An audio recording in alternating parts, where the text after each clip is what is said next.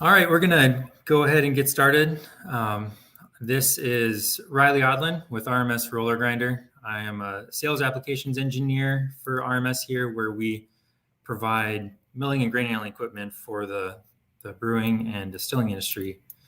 Today, we're going to talk about how to go about, making the most of your malt. There's a lot of kind of waste out there, and with everything kind of increasing in cost and all that, we wanted to kind of get together and just kind of share some of the experiences that we've had and that we've heard across the industry of, ways to help be a little more intentional and help kind of save some money in different areas.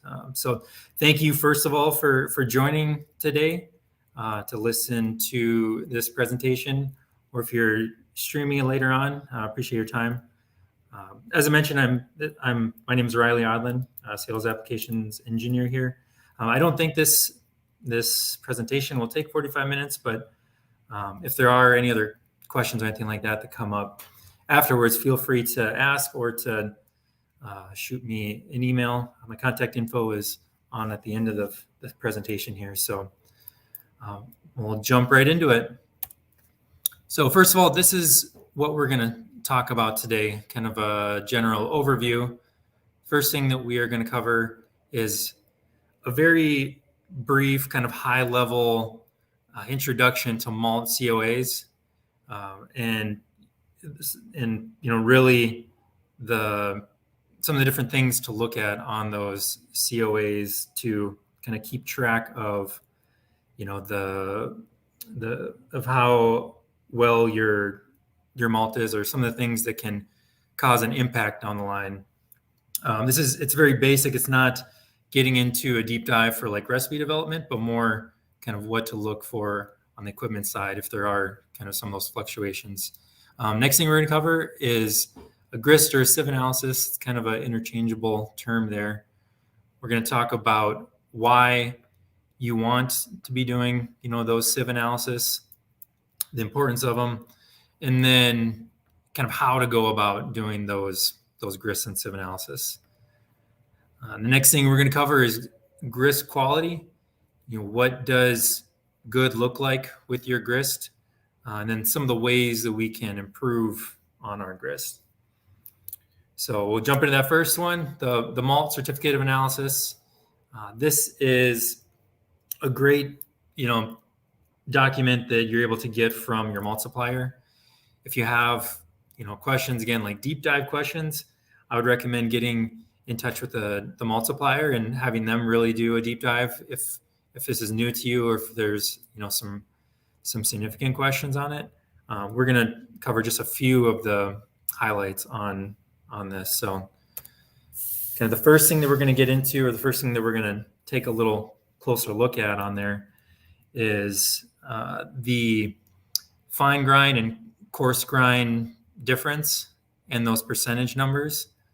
So the fine grind numbers and the coarse grind numbers, those are going to be based off of a lab milling malt on very specific settings. There's a fine grind and a coarse grind setting on those lab mills, and they're going to be used in a Congress mash to kind of determine what those numbers are. And all these are numbers that are kind of developed by that association for brewer chemists. So kind of looking at these, the fine grind and the coarse grind, really what is the most applicable to brewers is going to be that coarse grind percentage. That's the percentage of available extract that you have available for this malt. And really what I kind of just want to touch on is the fine coarse difference. So that generally is going to be no more than 1.5%. And that's the difference between that coarse grind and fine grind. So there shouldn't be a significant difference between those two. And if there is a large difference, there could be potential for like steely tips or under modified malt. So it's just something to keep in mind, that you may need to make some mill adjustments. If you're doing a standard single infusion mash, if you're doing decoction, then that's not really applicable to you, but something to just kind of keep an eye on to be able to know if you need to make an adjustment. Next thing we're going to get into is the malt sieve analysis. So this is, again, from a high level, this is basically the process to measure the kernel size. So with barley, it's an agricultural product. There's not uniformity across every single barley kernel. So the malt sieve analysis is going to tell you what sort of size distribution you have on that starting kernel. So from the top there, that's 7/64. It's a 7/64 sieve. 61.6% in this sample is in that 7/64 sieve. Below that, the 6/64 sieve, 26.5% out of a 100-gram sample is in that sieve. And what you're typically going to have is above 80% is in that 7 and 6/64 sieves. That's try and say that 10 times fast. But that is going to be where the bulk of your extract is going to come from. So your mill gap is going to be based off of the average kernel size. So really the important thing to look at on this is to just be aware, if it's a good leading indicator. So if you look at your COAs and you see that there's a significant drop off on the 7/64 versus the 6/64, if you see those numbers start to drop lower in those sieve pans, then you're going to want to tighten your mill gap down to account for those kernel sizes. The next thing that we are going to take a little look at is the friability. So friability from a very high level it's a test to see how easily that malt crumbles. So obviously different malts are different consistency. So the friability is going to tell you how easy it is for that malt to be crushed. So a higher friability means it's easier for that malt to be crumbled or to be crushed in the mill. So again, kind of going into if you are seeing a drop off on your malt COA of friability, if those numbers are starting to drop from previous COAs, then you may need to tighten your mill gap down to be able to get that same crush that you've seen in the past and that you've seen success with.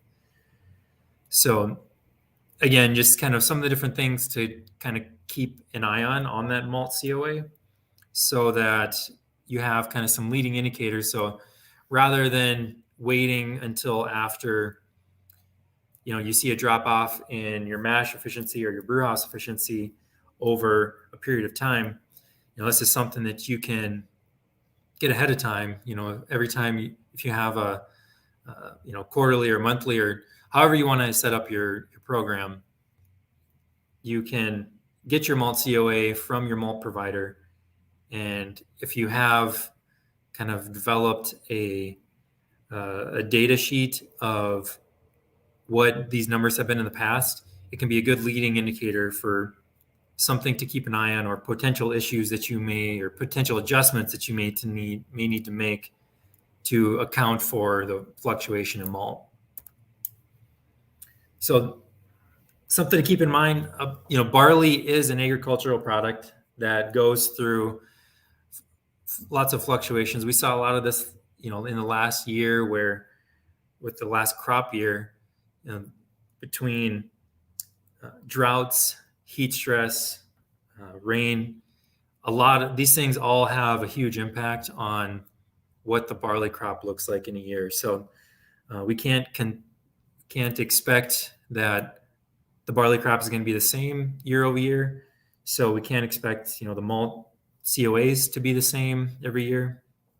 So we really want to be aware of some of these things so that we can kind of get ahead of it. So the best time to check your malt COAs, again, I mean, it's all depends on the program that you want to set up and how much time you want to dedicate to it. But there is the best time to really make sure that you're checking on the COA is that transition from last crop year to this crop year. So that's going to be in Q1 of Q2 of the new year is when you're going to see that jump from one crop year into the next crop year, where you might see those larger fluctuations in the different data points that are on that COA.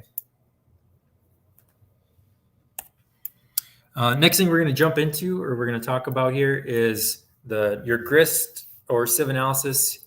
Use whatever terminology you want, but what is it? It is a procedure to assess particle size distribution by allowing material to pass through a series of sieves of progressively smaller mesh size and weighing the amount of material that is stopped by each sieve as a fraction of the whole mass. That is, the Webster's dictionary version of it. So cool, right? What exactly does that mean? What is it? It's a tool. The same way that you use your hydrometer, your refractometer to test your gravities, you use your microscope to test your yeast counts, you use your Zamenhof for CO2, your pH meter, all those things. Those are tools that you use in your brewery to make the best product possible. So the grist analysis tool, the sieve set, is your tool to be able to monitor and analyze your grist. So, I mean, from the very start of your brew process. So why do we care, right? What's the big deal? Why does this matter to us in, the grand scheme of things? So without a way to test that grist, there's really not any way for us to set a baseline of where our grist is at. We can look at it, eyeball it. That's fine, but really you can't kind of expect to be able to really know or be able to monitor any minor changes in your grist if you're not performing regular sieve analysis on your grist. So without a way to test, there's not a way to set that baseline to know what your standard is. And then without that baseline, there's not any way for us to know, what may have changed, or if something changed. If, say, you have a drop off in efficiency, how do we know what changed in our grist if we aren't monitoring this? So if we're not doing it, then we don't have that baseline. And if we make an adjustment, we don't have any way of knowing what effect that adjustment made without understanding and kind of keeping track of that. So kind of looking at these two samples, which one do you believe would have the better numbers, the better SIF numbers? Add it to the chat or ask at the end, and I'll share with you what the better numbers won between these two samples. So again, kind of getting in, why do we care? Why does this matter?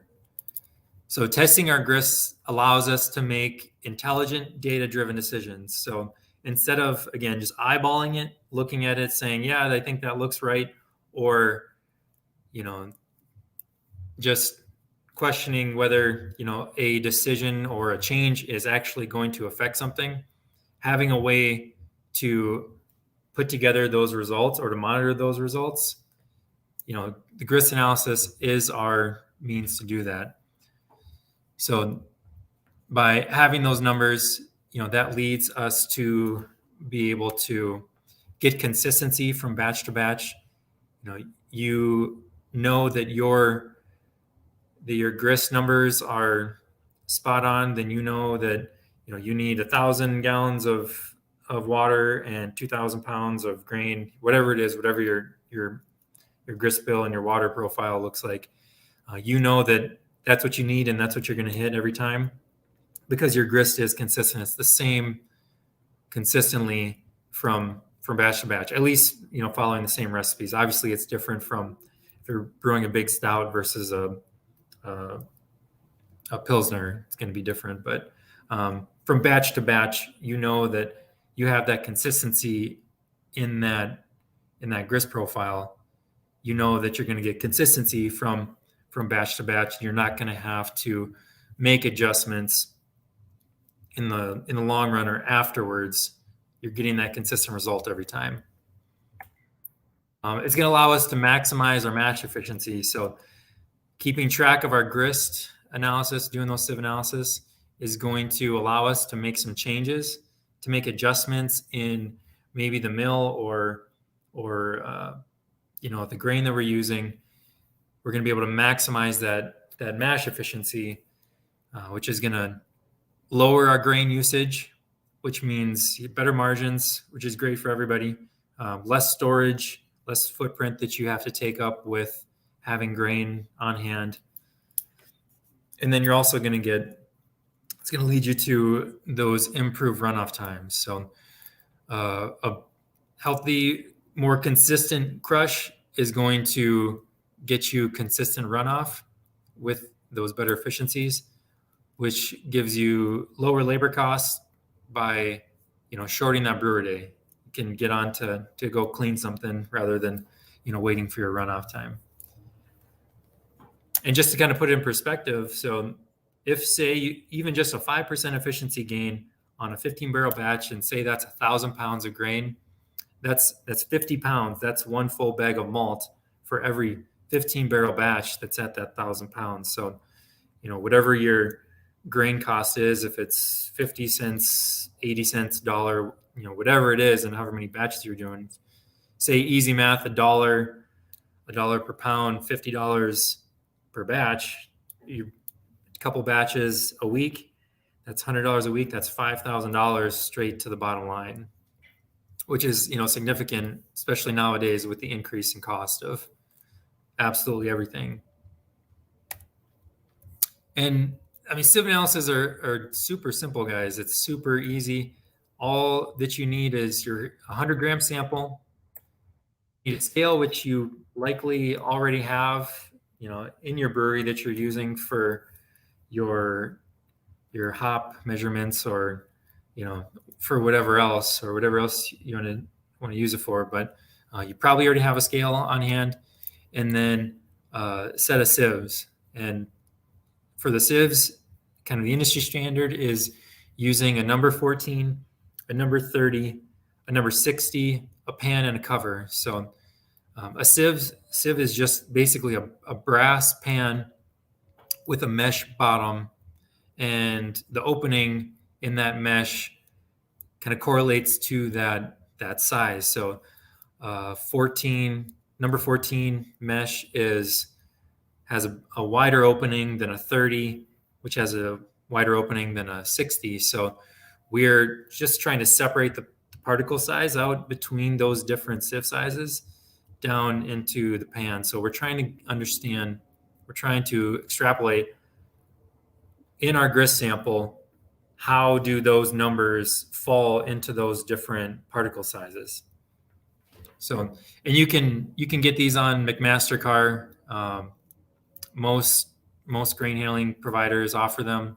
They're pretty cheap. You can get a set for, $300, $400, $500, which is if you tie that back to that efficiency gain, or that, like, say 5% over that batch size, you pay for that with 10 batches, or, whatever it is, however that correlates to your brewery usage and your grain price, all that kind of stuff.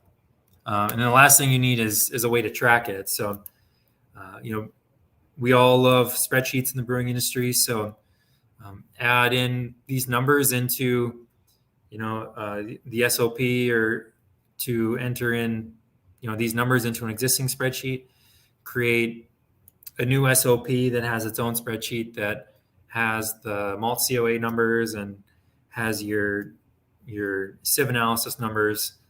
Just any way, whatever works for you in your brewery. Just set it up to make it easy for you and your brewers. So to do those sieve analysis, again, it's super simple. We weigh out that 100-gram sample. We're going to pour that sample onto the top sieve set of them stacked up. And then we're going to shake the ever-loving stuffing out of it for 2 to 5 minutes.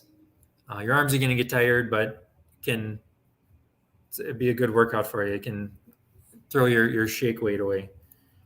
And then the last step you're going to do is you're going to weigh out those sieves, and you're going to enter that information into your data sheet. So you're going to end up with your 14 sieve is going to have, all the particle sizes that correlate to that. The 30 mesh sieve is going to have the smaller stuff.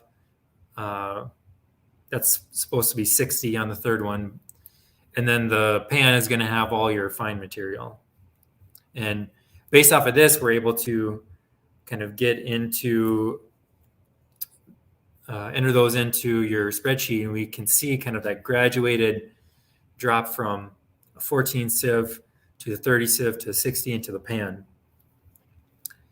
And we have kind of some, general target numbers. It's going to vary depending on, from brewery to brewery, from grist bill to grist bill. But here's just an example of, one that I have, a spreadsheet that I have. Shoot me an email, happy to send it to you. But it has the gross weight. So basically what the weight of that sieve is, you're going to enter that into each one of those corresponding numbers. And then under empty, you're going to have the weight of that empty sieve. So that's going to kind of break out to show you what percentage of that 100-gram sample is in each pan. And then, if we're using a 100-gram sample, then it's easy math to come up with what that distribution is for percentage-wise of that sample. So if there's 63 grams in that 14, there's 63% of the malt is in that 14 sieve. If you have 22% or 22 grams in the 30, then that's 22%. 60 pan, 12 grams, 12%, and so on. And so you can kind of see that, it's kind of a graduated step down from that 14 sieve where the husk is at, where those some of those larger grits are, and then down into our coarse grits, fine grits in the 60, and then all the fines in the pan. So what does a good grist look like?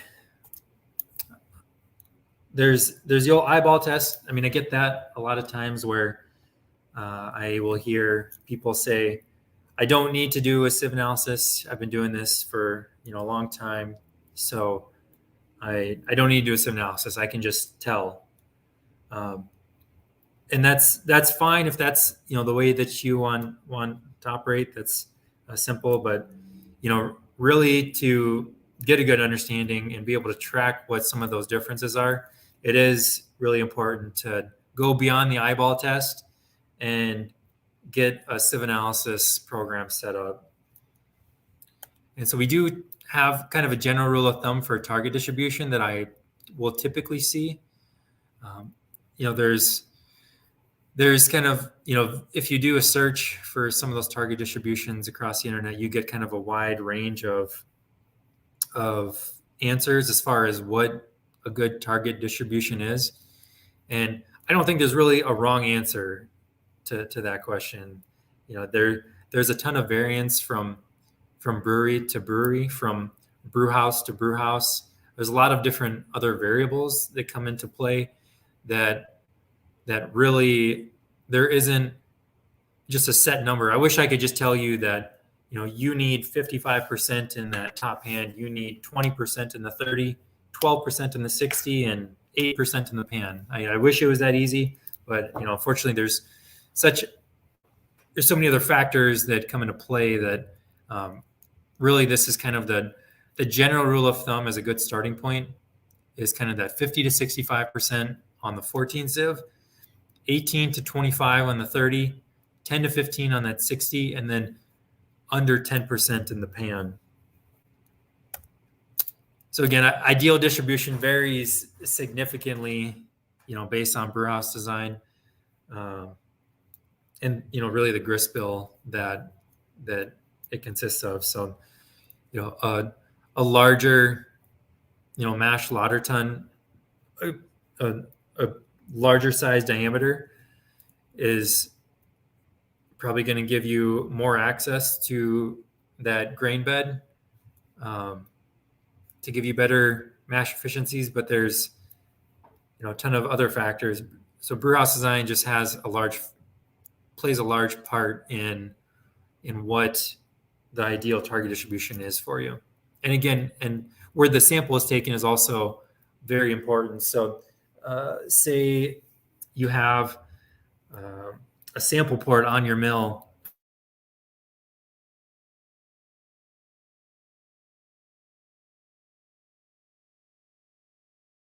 You need to understand that difference, that distribution may be different. It is likely different from when it comes out of the mill to when it actually goes into your brew house. So depending on the conveyance that you have, and then all the aspects that go into the conveyance that you have, the distance, the slope, how many pieces of conveyance, there's a lot of different factors that can go into maybe a variation in what your distribution is from where the sample is taken at the mill versus what actually makes it into your mash tun.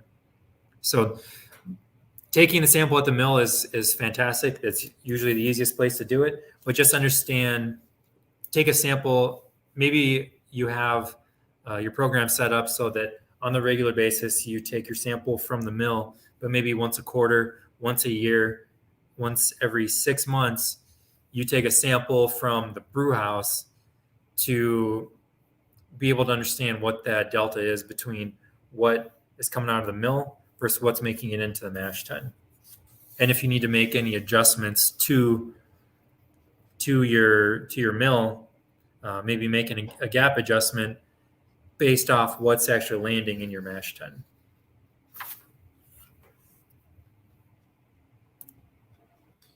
What affects the quality of the grist?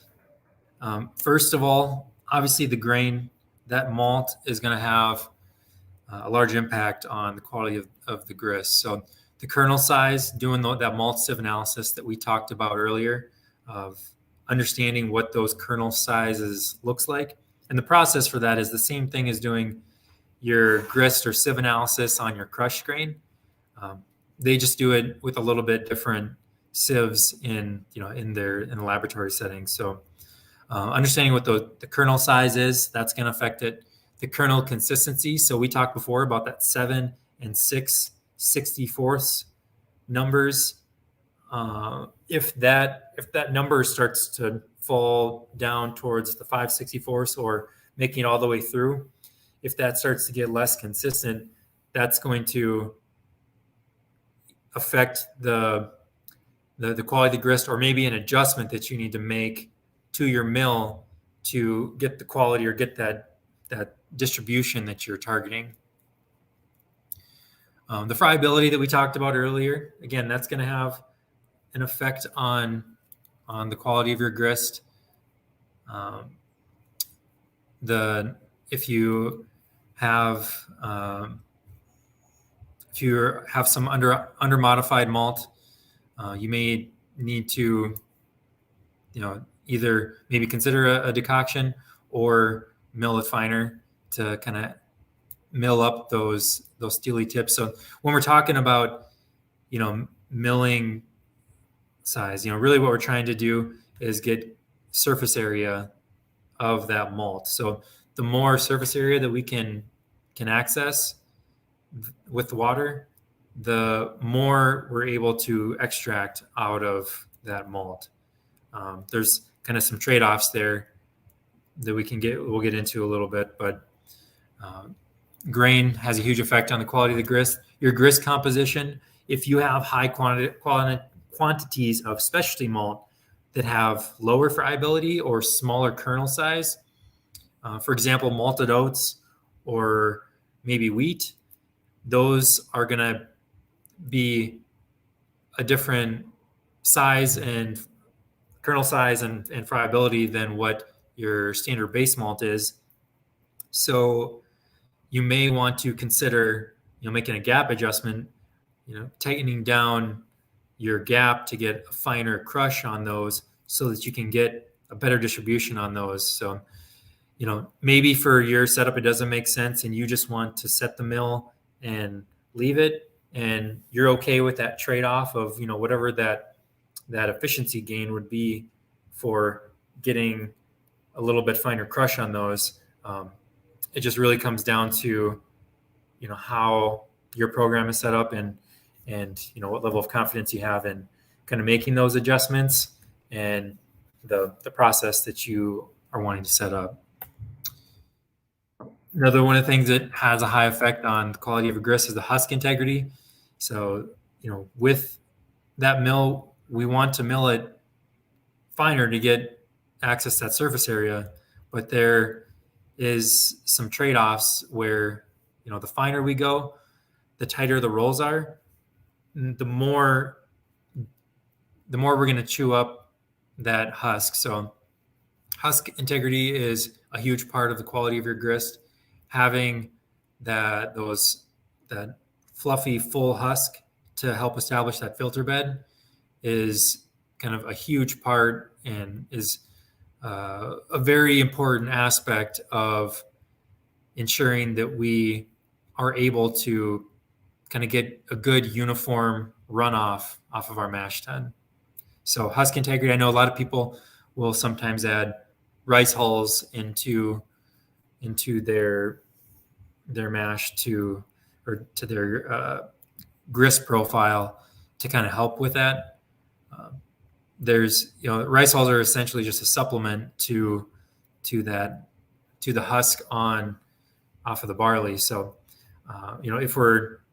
if we are kind of keeping track of those grist analysis and kind of working towards a more consistent grist profile, then, we already have that husk integrity part of our grist. So, we might not have to add quite as many rice hulls or any at all.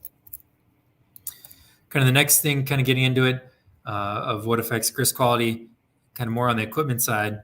So from a mill standpoint, a 2-roll mill is a fantastic option, great entry-level option for getting a good crush on your mill. A 4-roll mill allows you to kind of break up that work a little bit, allows you to kind of, with that top set, do an initial crack and get that husk separated off of the grain, and then doing kind of that finer crush with that bottom set. And then with a 6-roll, you're able to, those ones typically have sieve set built into them. So you're able to get a little bit better efficiency there. Gap between the rolls is a huge part of what your grist profile ends up looking like. Tighter those rolls, the finer your numbers are going to be, the more, like, the lower those, or the higher the numbers in the sieve analysis is going to be, which is great for surface area like we talked about, but it's not always better. There are some trade-offs. We'll get into that a little more pretty soon. And then a consistent gap. So it's not just, necessarily setting that roll gap. It's also that roll gap being maintained. So getting the same crush through the whole process from when you start milling to when you're done milling, and consistency from the start, from one batch to another. So that gap being the same gap every time you put barley into it and for the entire time that it is being milled.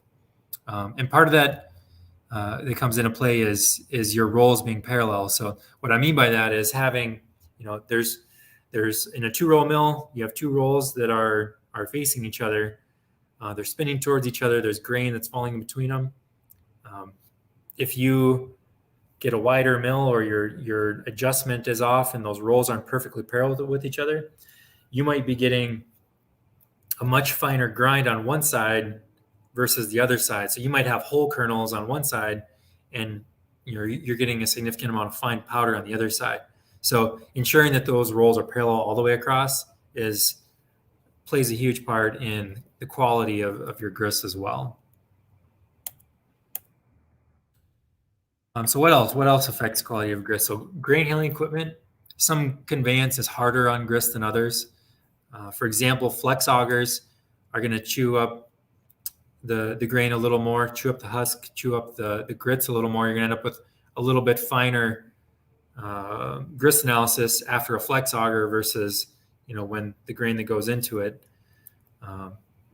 So taking that into consideration, flex augers are a great economical option that we use a lot in the brewing industry. But just kind of keeping that in mind that can have an effect on your conveyance, on your grist quality. So that kind of falls under the same idea of what I mentioned before of taking that sieve sample after your conveyance versus what goes into it.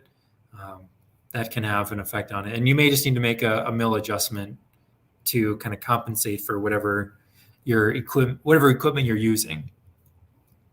Kind of going under that same thought process. So doing longer distances in your grain from when you mill it to when it goes into your mash tun, the longer the distance, likely the more you're going to have some additional crush that's on your grist. And then same concept for steep angles. The shallower you can keep your conveyance, the easier it is on the grain.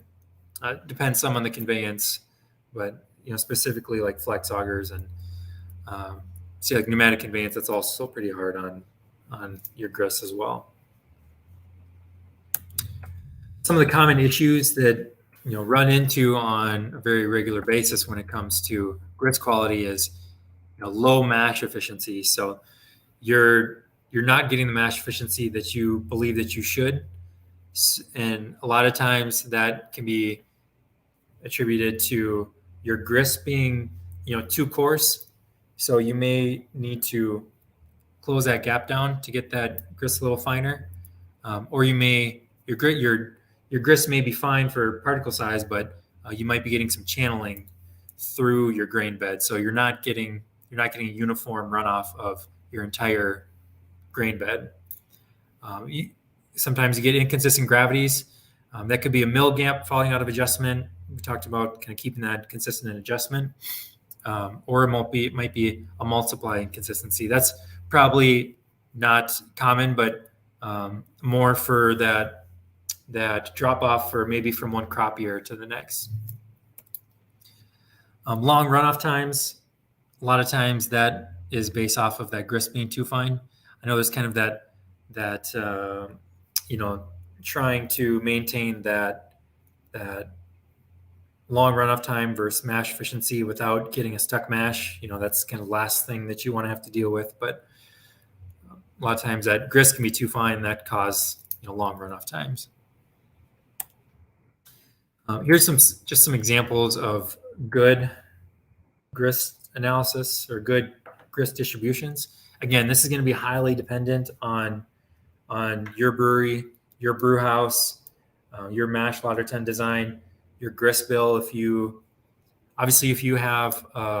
doing a big stout, your numbers are probably going to be a little different, and it's going to make a little more sense to have those numbers be different than doing something that's a little thinner. But here's just kind of some examples. Here's some maybe not great examples. That first one is probably one that's just a little bit too fine. Kind of tell that just by how low that top pan is and how high that bottom pan is. The middle one, it's a little bit coarse, probably not maximizing your mash efficiency there.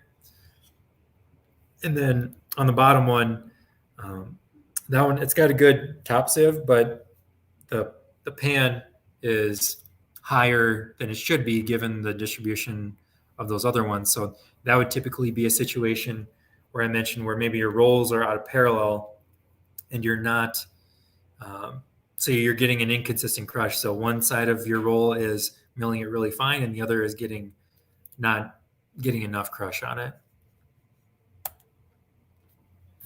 I'm kind of getting into some, I guess, just some final thoughts to kind of wrap things up. So the malt COAs, it can be a great leading indicator on some adjustments that you may need.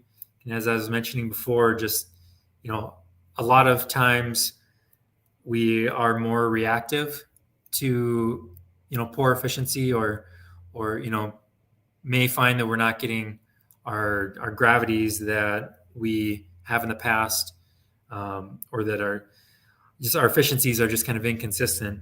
And keeping track of the malt COA and understanding and knowing that you need to make adjustments ahead of time, those malt COAs can be a great opportunity for that. That mash efficiency can be a balancing act, really, of maximizing the surface area, milling it finer, and maintaining that runoff time. So kind of consistency is key. That's what our goal is. We want as fine of a consistent grist as possible. So we don't want it so fine that we're getting stuck mash, that we're getting channeling, but we want it fine to the point that we're able to get as much surface area to pull as much of that sugar off as possible. And then just, best practice is to develop an SOP to be able to track your grist analysis, keep track of your malt COAs, and then be able to compare those with your brew house efficiency and some of the other important aspects of what's going on in your brewery. And it's going to lead you to having a happy, healthier brewery that is kind of utilizing all the resources as wisely and as efficiently as possible. All right, and that's everything that I've got there. Any questions that I can answer?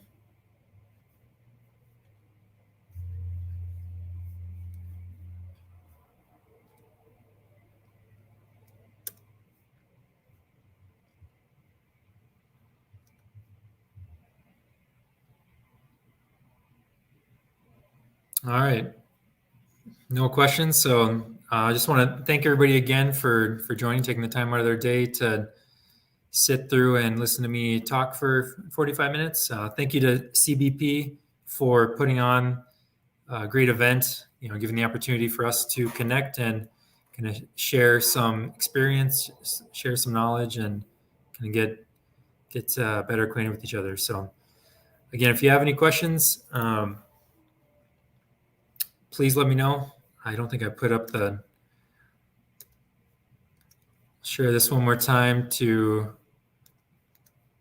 share my contact info.